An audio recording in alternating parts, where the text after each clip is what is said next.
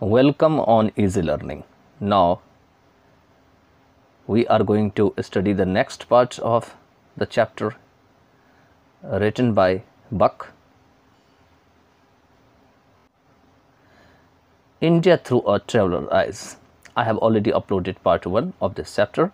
If you are English lover or you are the students from Bihar board or other boards of India, you can just watch this video. You can enjoy and you can peep into deep in detail about how a traveler who came in India and how he she described about Indian soil. तो चलिए शुरू करते हैं 5वें number से, यहाँ से paragraph 5 से। अब यहाँ पर में जो पर्ल एस बक है वो यहाँ फिर से कहना शुरू करती है, जो इस चैप्टर के राइटर हैं Pearl S Buck, India through a traveller's eyes के। वो कहती है what did I go to India to see. कहते हैं मैं इंडिया क्या देखने के लिए गई थी। Not the Taj Mahal although I did see it. Taj Mahal देखने नहीं गई, भले ही मैं इसे देखी।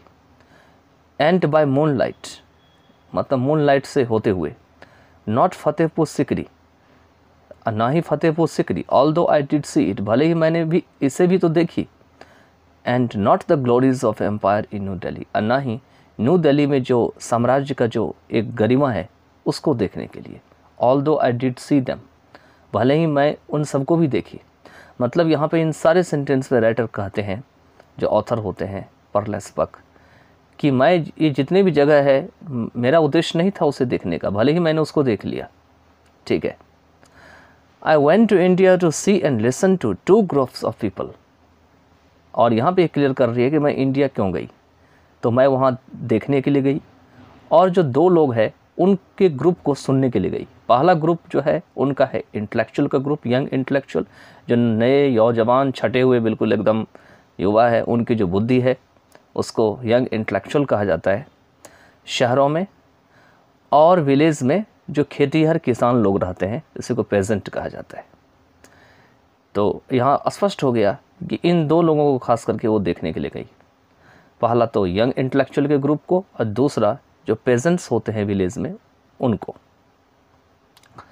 अब नेक्स्ट दे रखे हैं इसमें कि these I met in little rooms in the city. कहते हैं इन सब से, ये जो यंग इंटेलेक्चुअल है और पेजेंट्स है विलेज में, इन सब से मैं छोटे छोटे रूम जो सिटी में छोटे छोटे जो कमरे में ये रहते थे उनसे मिली। In little houses in the village, गांव में जो छोटे छोटे घर में रहते हैं उनसे मिली। And I heard their plans for freedom, और मैंने जो आज़ादी है उनके लिए उनका क्या प्लान था उनको सुनी। Already the intellectuals believed that another world war was inevitable. पहले से ही कुछ जो बुद्धिजीवी थे वो विश्वास कर बैठे थे कि दूसरा विश्व युद्ध जो है वह आवश्यक था। They had been bitterly disappointed after the First World War by what they felt were the broken promises of England.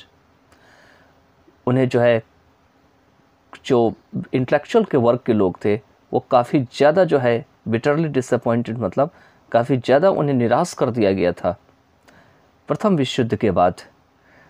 और क्या निराशा थी, क्या वो सब महसूस किए थे, बाय व्हाट दे फेल्ट, वो ये थे कि इंग्लैंड की जो वादा थी वॉर के बाद वो तोड़ दी गई। क्योंकि इंग्लैंड ने फर्स्ट वर्ल्ड वॉर के बाद कहा था कि हम भारत को छोड़ देंगे, लेकिन क्योंकि अगर आप इसको हिस्ट्री में और ब्रॉडली पढ़ेंगे तो आपको ये चीज़ समझ में आ जाएगा। लेकिन इंग्लैंड जो है अपनी प्रॉमिस पे खड़े नहीं उतरे और भारत तो साथ भी दिया इंग्लैंड का फर्स्ट वर्ल्ड वॉर में, जर्मनी सबके खिलाफ लड़ा भी, और फाइनली जो है इंडिया आज़ाद नहीं हो पाया। चलिए आगे चलते हैं। आगे दे रखे हैं the English that declared had no real purpose to restore India to the people. कहते हैं उन बुद्धिजीवियों ने जो है डिक्लेयर कर दिया कि इंग्लिश मैन का जो कोई खास पर्पस नहीं है, कोई उद्देश्य नहीं है कि इंडिया को वापस जो है इंडिया के लोगों को सौंप दे, रिस्टोर कर दे। I could believe it fresh as I was from China. कहते हैं कि मैं भी इसे विश्वास कर देती जब मैं चाइना से इसे साफ साफ तरीके से देख रही थी या समझ रही थी, fresh as I was from China.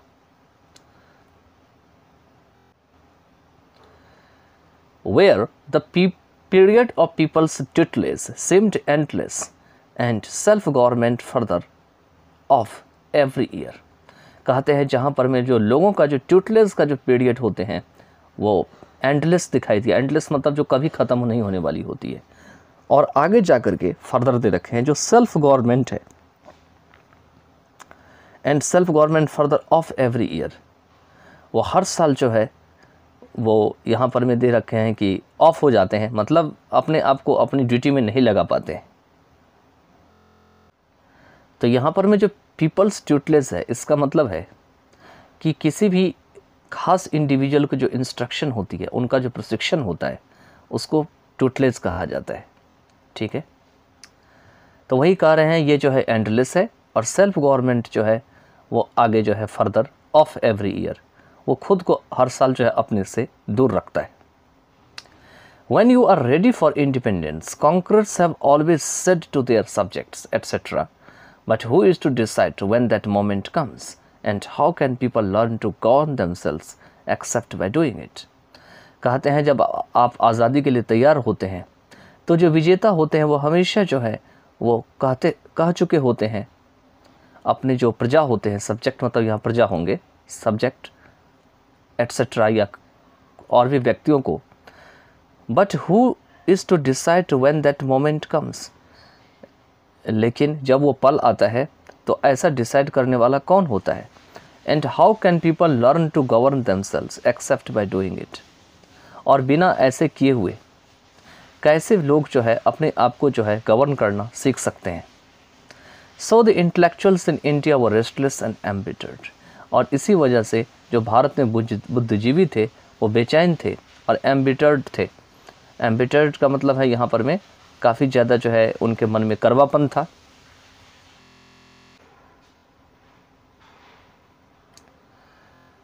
अब आगे दे रखे हैं इसमें, I sat through hours watching their flashing dark eyes, मैं घंटों जो है उनकी जो चमकती हुई जो अंधेरी आँख थी, काली आँख थी, उनको जो है देखता रहा। And hearing the endless flow of language, the purest English into which they poured their feelings, और उनका जो लगातार जो धारा प्रवाह जो लैंग्वेज चल रही थी उसको सुनते हुए, जो बिल्कुल एकदम साफ साफ अंग्रेजी में थी, जिसमें उन्होंने अपनी फीलिंग जो होती है उसको क्या किए, उड़ेलते चले गए, पोर करते चले गए।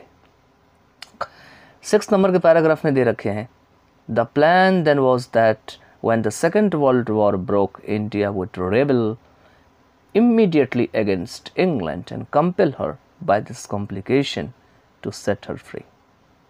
तब प्लान यह था कि अगर जब दूसरी विश्व युद्ध छिड़ेगी, ब्रोक होगी, तो इंडिया जो है तुरंत इंग्लैंड के खिलाफ जो है वो विद्रोह कर देंगे और उन्हें मजबूर करेंगे। हर का यहाँ यूज़ किया गया है इंग्लैंड के लिए, क्योंकि हर एक कंट्री फीमेल माना जाता है, इसलिए यहाँ पर हर का यूज़ किया गया है। बाय दिस कॉम्प्लिकेशन, उनका विरोध करेंगे इस उलझन के द्वारा, टू सेट हर फ्री, मतलब उसे आज़ाद करने के लिए। या कॉम्प्लिकेशन का मतलब ये भी हो सकता है, एक परेशानी तो रहती है जब दूसरी परेशानी शुरू हो जाती है, तो एक परेशानी तो ये रहेगा कि इंग्लैंड पहले से ही युद्ध में उलझा रहेगा, और दूसरा परेशानी यह रहेगा कि अचानक हम विद्रोह कर देंगे उनके खिलाफ, तो इसलिए यहाँ पे कॉम्प्लिकेशन का यूज़ किया गया है। They would not be forced, as they declared they had been in the First World War, to fight at England's command। कहते हैं उन्हें मजबूर नहीं किए जाएंगे, जैसे कि उन्होंने घोषणा किया था फर्स्ट वर्ल्ड वॉर के बाद के समय में, as they declared they had been in First World War, या फर्स्ट वर्ल्ड वॉर के समय में, कि वे इंग्लैंड के कमांड पे, उनके आदेश पे लड़ाई करे। मैंने पहले ये बात बता दिया था कि इंग्लैंड ने आदेश किया था इंडिया को कि आप मेरे इस तरफ से लड़िए और हम इसके बदले आपको जो है आपको वापस रिस्टोर कर देंगे आपकी आज़ादी को, लेकिन ऐसा नहीं हुआ। यही कारण था कि जब सेकेंड वर्ल्ड वॉर हुई थी तो बहुत सारे मूवमेंट एक साथ चलाए गए थे। सुभाष चंद्र बोस जो है इंडिया में अपना इंडिया से जो है जापान, जर्मनी आदि घूमे थे। सिंगापुर में उन्होंने आज़ाद हिंद फौज की स्थापना की थी। ये सब सारी बातें हिस्ट्री की है। अगर आप इसको पढ़ेंगे, भारत की इंडिपेंडेंस जो टाइमलाइन है, तो आपको सारी चीज़ें जो है ये चीज़ कवर हो जाएगी। अब आगे है 7th पैराग्राफ में, एंड देन आई आस्क्ड, और तब मैंने पूछी। And then young India said proudly, we will ourselves decide whether we wish to fight at England side और अगेंस्ट हर। तब इंडिया ने जो है प्राउडली रूप से कहा कि हम अपने आप को जो है डिसाइड करेंगे, वी विल आवरसेल्व्स डिसाइड, खुद डिसाइड करेंगे। वेदर मीन्स कि we wish to fight at England side, कि हम इंग्लैंड के साइड फाइट करना चाहते हैं या इच्छा करेंगे या उसके खिलाफ। पैराग्राफ जो 9 है, पैराग्राफ 9 में दे रखे हैं, what they did not reckon on when the time came was a savagery of Nazism and the aggressions of Japan in Asia। कहते हैं उन्होंने क्या सब जो है मोटा मोटा अनुमान नहीं किया जब समय आया, और यह जो समय था वो एशिया में जो है जापान के आक्रामकता का था, एग्रेसिवनेस का था, और साथ ही साथ जो है जो नाजिज़म थे उनकी जो बर्बरता थी, सैवेजरी थी, उसका था। नाजिज़म की स्थापना की थी हिटलर ने। आपको जर्मनी में रह करके इन्होंने नाज़ी पार्टी की शुरुआत की थी, और इसी से जो है इन्होंने पूरा अपना टाइमलाइन जो है वो बनाया था। इसमें इन्होंने बहुत सारे जो वहाँ पे जो फोर्स थे उनको एनलिस्ट किए थे, भर्ती किए थे। ये सब सारा अब जो है जब आप सेकेंड वर्ल्ड वॉर में पढ़ेंगे या ऑटोबायोग्राफी ऑफ एडोल्फ हिटलर के बारे में पढ़ेंगे या एस्टैब्लिशमेंट ऑफ नाजिज़म के बारे में पढ़ेंगे, तो आपको पूरा का पूरा समझ में आ जाएगा। चलिए आगे चलते हैं। When they perceived that they must choose between the Axis and the English, they chose the English, aware that in spite of many injustices, they were choosing between barbarism and civilization। कहते हैं जब उन्होंने जो है समझा, देखा और उसको समझा, उसी को परसीव कहा जाता है। किसी चीज़ को समझने की जो योग्यता होती है उसको भी परसीव कहा जाता है। तो when they perceived, तो they must choose between the Axis and the English, तो उससे एक्सिस और इंग्लिश के बीच जो है वो चुनना चाहिए। मतलब ना तो एक्सिस की तरफ रहना चाहिए ना इंग्लिश के बीच रहना चाहिए। अब ये जो एक्सिस है वो क्या है? तो एक्सिस जो थे वो ख़ास करके जब लड़ाई के दो गुट थे उस समय, फर्स्ट वर्ल्ड वॉर और सेकेंड वर्ल्ड वॉर में, एक तरफ एक्सिस पावर थे और एक तरफ जो थे वो आपका ये इंग्लैंड वाले जो है पावर थे। ठीक है, तो ये जो एक्सिस पावर थे खास करके इसमें सेकेंड वर्ल्ड वॉर में आपके जर्मनी, जापान, इटली, ये सब कंट्री थे, और इधर जो इंग्लैंड के साइड थे वो England, USA, France, England, Russia, ये सब सारे कंट्री थे। ठीक है, तो कहते हैं यहाँ पर में उन्हें ना तो एक्सिस की तरफ रहना चाहिए और ना इंग्लिश की तरफ रहना चाहिए, बल्कि बीच का कोई रास्ता निकालना चाहिए। दे चोज द इंग्लिश, तो उन्होंने क्या किया? इंग्लिश को चुना। Aware that in spite of many injustices, यह जानते हुए कि काफ़ी ज़्यादा अन्याय के बाद भी वे बार्बरिज्म और सिविलाइजेशन के बीच का रास्ता को चुन रहे थे।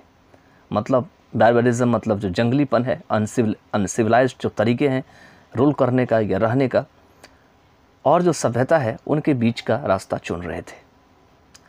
They postpone their plans for freedom, उन्होंने फ्रीडम का जो प्लान था उनको स्थगित कर दिया, पोस्टपोन कर दिया। Gandhi meanwhile doing his work with in his own country until the war was over, कहते हैं जब तक वॉर जो है ख़त्म नहीं हो गया तब तक गांधी जी इसी बीच में मीनवाइल अपने देश के प्रति जो है या अपने देश में जो है काम करते आ रहे थे। And by then the wisest minds in England understanding the new world return India to her people, और तब तक में इंग्लैंड के जो काफ़ी वाइजेस्ट माइंड थे, जो काफ़ी बुद्धिजीवी वाले दिमाग थे, नई वर्ल्ड को समझते हुए इंडिया को जो है उसके लोगों को वापस कर दिया। In spite of all opposition from English man and others, यहाँ पे फ्रॉम होंगे, फॉर्म नहीं होंगे, मिसप्रिंट हो गया है। मतलब इंग्लिश मैन और दूसरे थे उनके काफ़ी ज़्यादा विरोध होने के बाद भी, who did not have sufficient understanding of Asia to know what wisdom was, जिनके पास पर्याप्त समझ नहीं थी एशिया के बारे में कि विजडम आखिर में होता क्या है। ठीक है, आखिर में विजडम कहा किसे जाता है। तो कहा जाता है कि जब इंग्लैंड ने वापस किया इंडिया की ग्लोरी को, इंडिया के पीपल की, तो वहाँ के लोग अभी भी जो है काफ़ी ज़्यादा खफा थे कि आखिर में क्यों आज़ाद कर दिया। ठीक है, तो वही बात यहाँ पे कुछ लाइन में कहे गए हैं, लेकिन कहते हैं क्योंकि ये वो लोग थे जिन्हें काफ़ी ज़्यादा सफिशिएंट अंडरस्टैंडिंग नहीं थी एशिया के बारे में, क्योंकि इंडिया भी एशिया में आता था, कि किस तरह का जो है वाइजेस्ट पीपल वहाँ रहते हैं और आखिर में विजडम होता क्या है।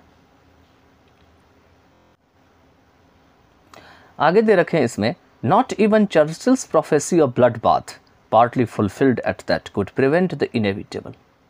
कहते हैं कि चर्चिल की जो ये भविष्यवाणी थी कि बिल्कुल हम खून बहा देंगे, उसको ब्लड बाथ कहा जाता है। ठीक है, वो भी जो है कुछ उस चीज़ को पूरा नहीं कर सका, फुलफिल्ड एट दैट, और ये इस जो होने वाली जो घटना थी इनएविटेबल थी उसको रोक सका। India had waited as long as she could, and peasants and intellectuals were on the same side in the old invincible combination.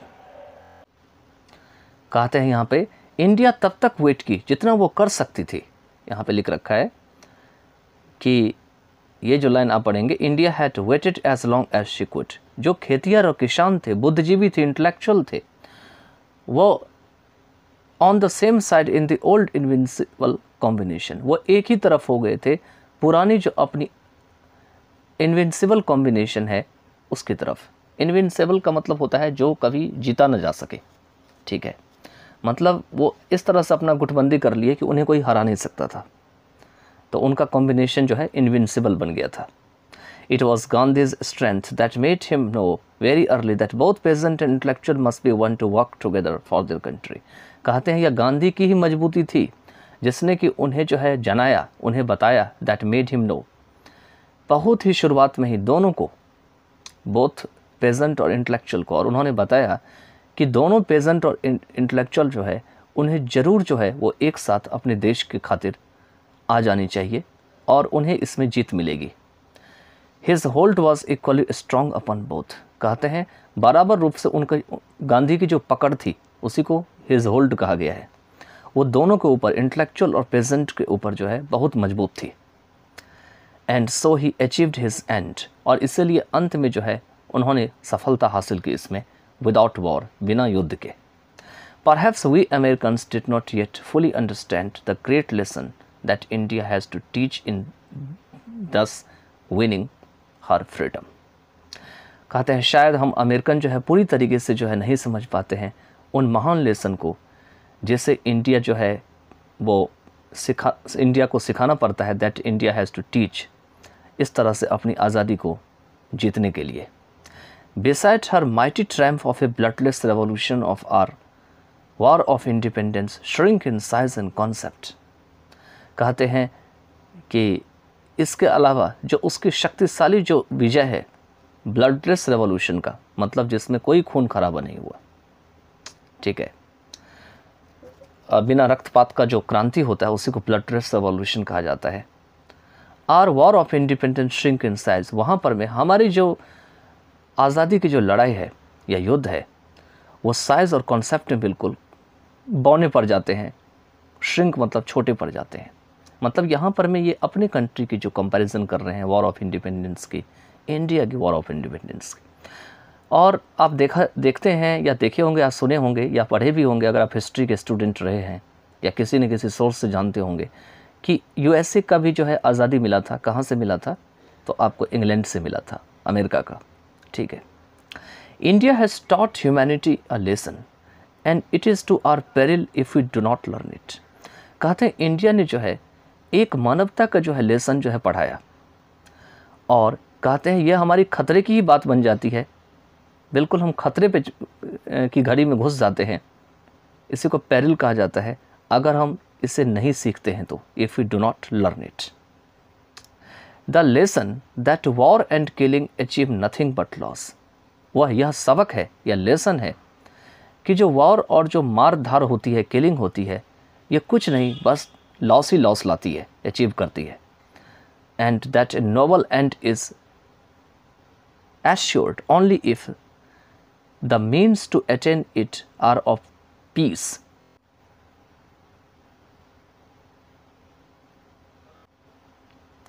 और कहते हैं यहाँ पर में कि and that a noble end is, और एक अगर अच्छा एंड इसको करना है तो यह केवल उसी बात से निश्चित किया जाता है, if the means to attain it are of peace with it and also noble, कि इसको जो अटेन करने का जो साधन होता है, इसको प्राप्त करने का जो साधन होता है, वो भी इसी का कोई ना कोई भाग होता है, अंश होता है, और वो भी नोबल का ही अंश होता है। ठीक है, NOBLE, नोबल। यहाँ पर में ये राइटर बताना चाहते हैं कि हमें मार धार करके जो है कुछ हासिल नहीं होता है। हम प्यार से, प्रेम से, विवेक से अगर कोई चीज़ ले लें तो यह हमारे लिए अच्छा होगा, क्योंकि मार धार से केवल लॉस ही लॉस होती है, इससे अचीवमेंट होना पॉसिबल नहीं है। तो चलिए इसके साथ हम नेक्स्ट पार्ट ऑफ वीडियो में जो है पैराग्राफ नंबर 10 से करेंगे। अगर आपको लगे कि वीडियो बहुत अच्छा है तो आप अपने फ्रेंड्स में, अपने एक्वेंटेंस में इस वीडियो को शेयर कर सकते हैं। साथ में हमारे चैनल को ग्रो भी कर सकते हैं। ऑल टुगेदर हम इसमें बहुत सारे वीडियोस फ्यूचर में डालेंगे, अलग अलग सब्जेक्ट्स के, varieties of subject, English literature है या और भी सब्जेक्ट्स है, हिस्ट्री है, साइकोलॉजी है, फिलॉसफी है, रिलीजन है, बहुत सारे सब्जेक्ट के ऊपर डालेंगे, और इससे जो है आप अपनी लैंग्वेज को और बेटर कर सकते हैं। Thank you, bye then, take care of yourself.